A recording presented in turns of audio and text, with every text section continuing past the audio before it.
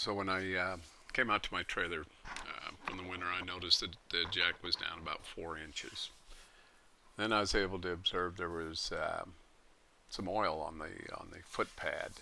So after looking at everything a little closer, decided the best bet was to change out this jack. It was in the midsection of the fifth wheel by the entry door.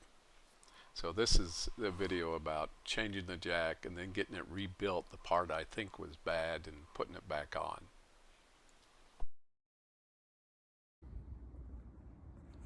This is a Lippert 14,000 pound jack. They identify them by the number of holes, and so when you're going to get one, they'll ask how many holes do you have. In this case, you have 8, I believe. So let me count them. So you'd have 1,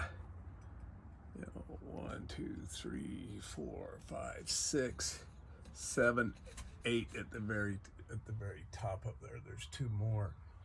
The other thing is what type of head does it have, and whether or not it's a round head or a head that looks like a puzzle.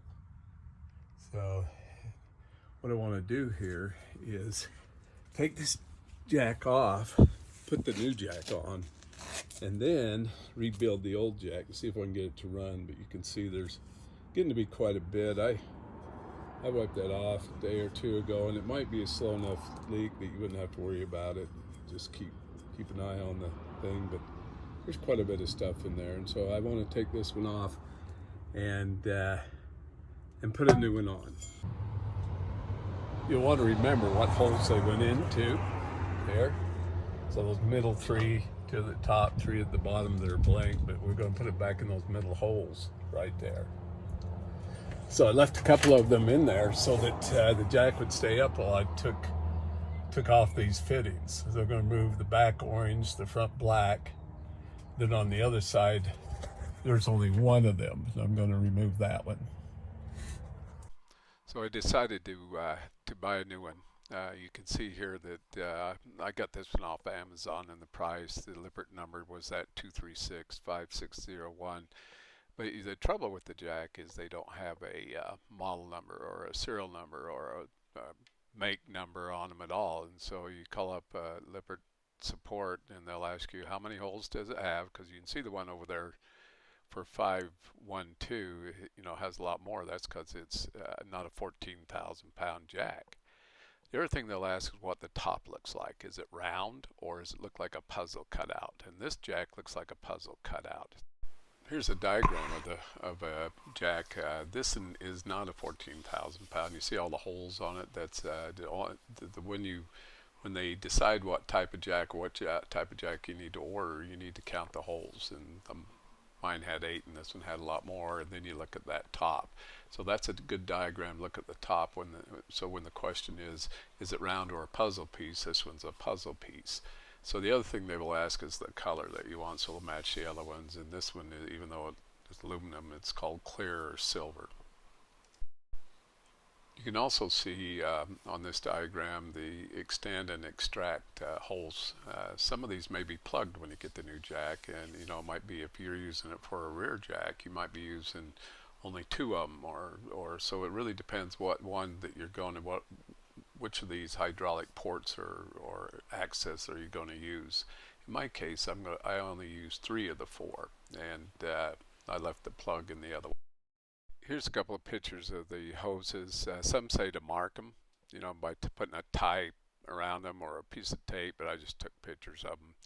A couple of videos. You see the front one had an orange one on and a plug in one side of it, and then the back had the orange and the black. You want to be sure to get those lines in the right order, because if you don't, instead of going up, it'll go down, and instead of going down, it'll go up. So get them in the right order. The new jack arrived. Here you can see it, the right number of holes, the right looking top on it, and everything's looking pretty good on it. So we're going to get ready to put it in. Here's a pretty good picture of that top again, so you can see it when they're trying to describe what they're looking for there. Also, you'll notice that the jack has plugs in the hydraulic access points, and so you have to take off all your stuff on it and put it on the new jack. It didn't come with these attachment points. You can see the old jack here, and how that front hole is front to the outside, and I think we'll want to get those angles right also, so they're tipped up like that, or we'll have trouble hooking up the hose and stuff. So took that out, stripped a little bit, but they have the O-rings on it there, and the plug that came out has a little O-ring on it too. So the idea is to get it in the same angle that it was, and then tighten it down just enough, which is after it makes contact, 1/4 turn. There they are, all on, ready to go. Cinched them down snug, and then a little tighter than snug, and going to put it back up. All installed. These were torqued according to the hash marks on there. I don't know if you can see those on there. It said 4 6, it wasn't an 8, but it's about 107 pounds, 110 pounds is what it calls for. Tightened all them up.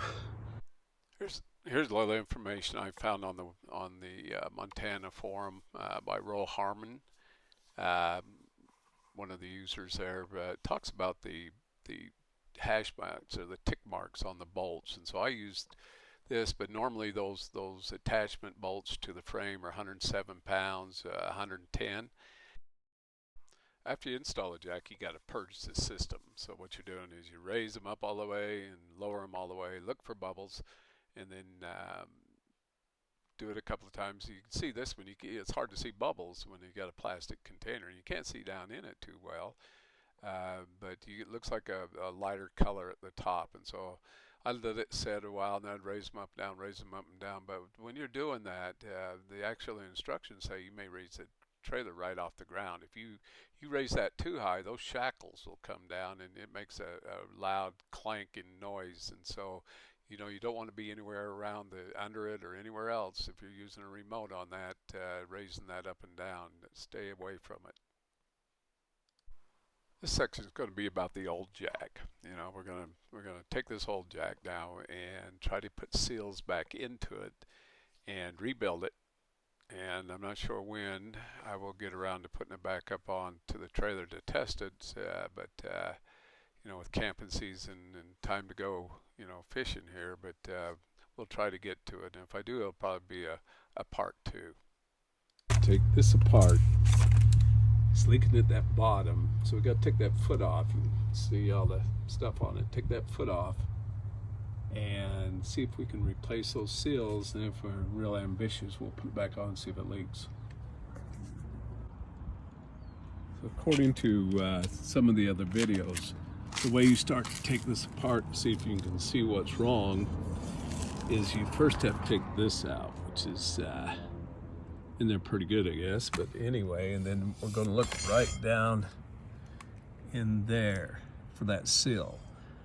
And this outside is supposed to also have a seal, so we're thinking that this is where the problem is, up in here. So we're going to look at those seals and see if we can see, and then we'll replace them if we can.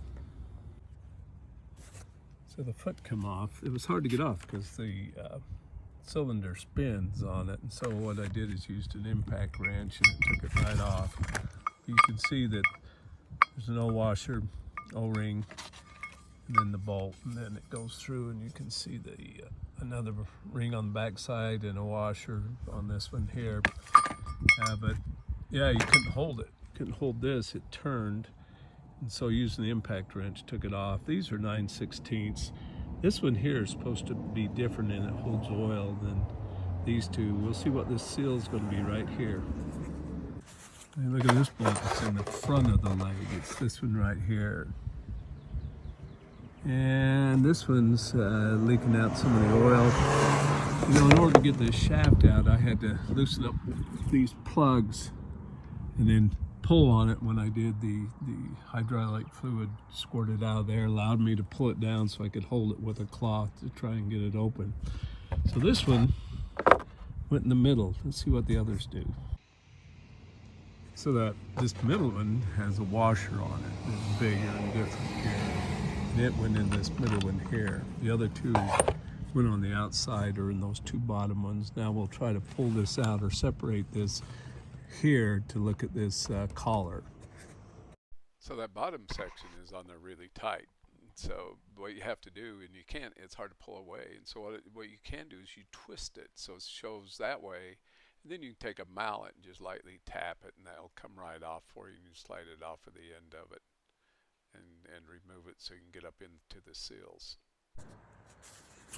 Just a couple of taps on the end of that after I twisted it, opened it up, allowing the rest of the oil to drain. Now we'll start looking at these washers to see if we can see something wrong with them. These here is where I think the issue is.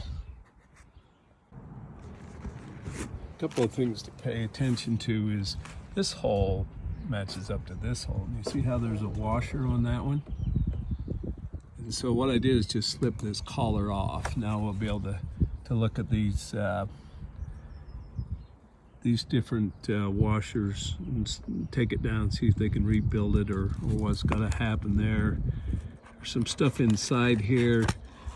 I'll take it down and either buy this stuff I need, or I'll have a hydraulic shop look at it and see if they can replace the seals on this thing. But this just sit on here like this. It went on. So this went up here and attached. I don't think it matters how that is. They look all alike, but it matters that you use that bolt in that hole. So after you pull this thing apart, all that is a big cylinder. Here, the hydraulic leg. This is the leg of the Lippert jack. So all the way down here, this is where the leg attaches. Went up in there, into here. And nothing left in there. So you can see that washer on the one bolt. You got to be sure to get that right and use the right bolt for that, which is this one here with the washer on it. This is an O-ring. It goes to the foot. So now we've got it. Let's wipe it down and see if there's any damage to that cylinder. I don't see anything at all on there, so wipe it down and check these seals out to make sure we didn't find anything. So here's that collar that went up over the jack, and I think it was leaking right around that sill, but I can't see anything wrong with it. And so what I'm going to do is I'm going to take it down to the hydraulic people and see if they'll replace the seals on it, and then maybe I'll put it back on and test it. The only thing I can see is those little scrub marks there. You see them right in the bottom. When I took it to the hydraulic shop, they didn't seem to think that would matter much since it was below the seal. So we'll see. I took this lower unit to a hydraulic shop here locally. It was called Motion and Flow. They're a national company. And here's the invoice to it. You can see their address and information above. If you have a hydraulic shop, he said these are very common, so you can get them about anywhere. But so when you look at this invoice, they're in order. These first two are on the outside. So you have the O-ring, then you have a Teflon backup ring, and so that O-ring fits towards the pressure on the unit, so it goes kind of on top. And then you move, and then underneath it's a little backing Teflon backup, and it's something for the O-ring to set on when you put them in there. So that look closely at that diagram. You can see that Teflon backup ring underneath the O-ring has a little lip on it, and that's to give kind of a platform for that O-ring to sit on against the pressure. So when that pressure comes down, hits the O-ring, mashes it towards that backup ring, there's a little ledge there for added support. The next two seals are on the inside, and so the first one's called a wiper, and what it does is it wipes the cylinder down as it's retracting to get all the grime and dust and everything else, because you don't want them scarring that, or they will leak. And then inside of that is the poly pack, and the poly pack takes a special tool to put in. It's a little plier type thing that mashes the seal into an S shape, and you stick it down in there and let it go. But you got to pay particular attention to that poly pack. You know, there's a side towards the pressure, and it's got the groove in it. And now the ones that I purchased from the hydraulic shop actually had another O-ring in that little slot at the top of that. So when you look at that, you'll see that O-ring back down in there, and then that wiper seal on it.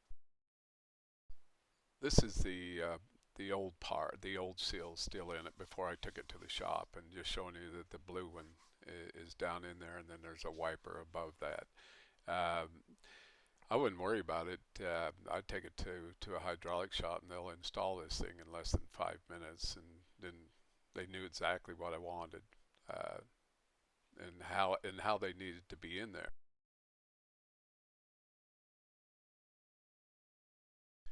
So what you do when you install these is you put a little Vaseline on them.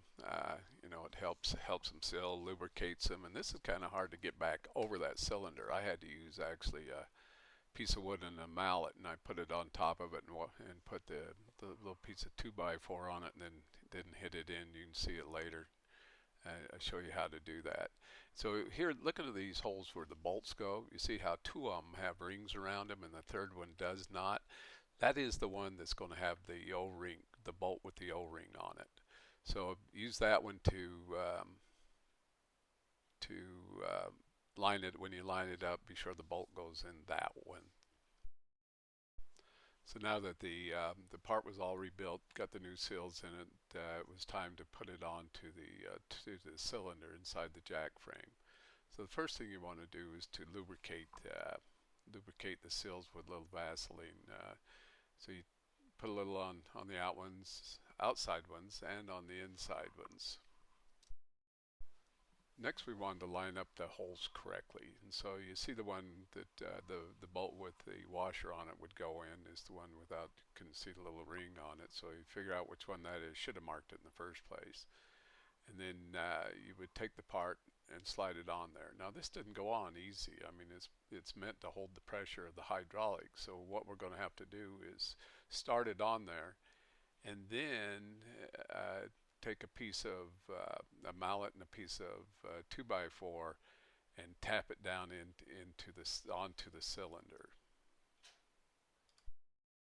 It's actually pretty easy to get it in. It didn't really take very much, and so I tapped it on there. About lost it a couple of times. Maybe a little more secure area. Table would have been good, but then you see, in order to get that off, when I was talking about being on there solid, you turn that top and then tap up on it. So when you were dismantling this, if you just turn that top out away from there and then hit up on it with the mallet, it'll pop off. And we started up the screws, being sure again to get the right one in the right hole there. So the last step, putting on the foot of the jack. The torque specifications are 132 pounds of torque and using thread locker 262. So there's an O-ring on both sides of this thing, and then there's the bolt there to tighten it up. So put it on there. I'm not sure how you're going to tighten that bolt up. I would use an impact wrench and then my torque wrench and try to somehow keep it from rotating in order to get that on there. This is what Lippert had to say about bolting on the foot pad. I'm not really sure how you're going to get 132 pounds of torque on that thing, because it's going to twist. So I guess I'd start out with a impact wrench and tighten it up, and then try to hold it some way so you could get it done. In conclusion, I think that if I was to do this over again, I would check with my hydraulic shop. I'd pull and see if they had those seals, and then I would just leave the jack on the trailer, and I'd pull that bottom off and take it down, let them put this stuff in for you, and then come back and put it up there to see if it's going to work and how it's going to fit. The whole job of replacing the jack, I think you could actually replace this part within a very short time, maybe 30 minutes, 45 minutes. And so the $8+ I paid for the seals, versus the 800 I paid for the jack, if it worked, then it would certainly be worth it. I know that Motion and Flow are a national company. You could order these seals from them and see if they work for you for this jack. But yeah, I'd just take it off while it's on the trailer, take it down, have it rebuilt, bring it back, and put it back on. And if I'd have done that, from my experience, it would have probably taken me less than an hour to to fix it. My only problem is I don't know if it's worked yet. I guess that'll be part two. Is when it's not camping season, or when I have an extra week here, I'm going to take off that new jack and put the old one back on to see if it leaks. Anyway, good luck with this.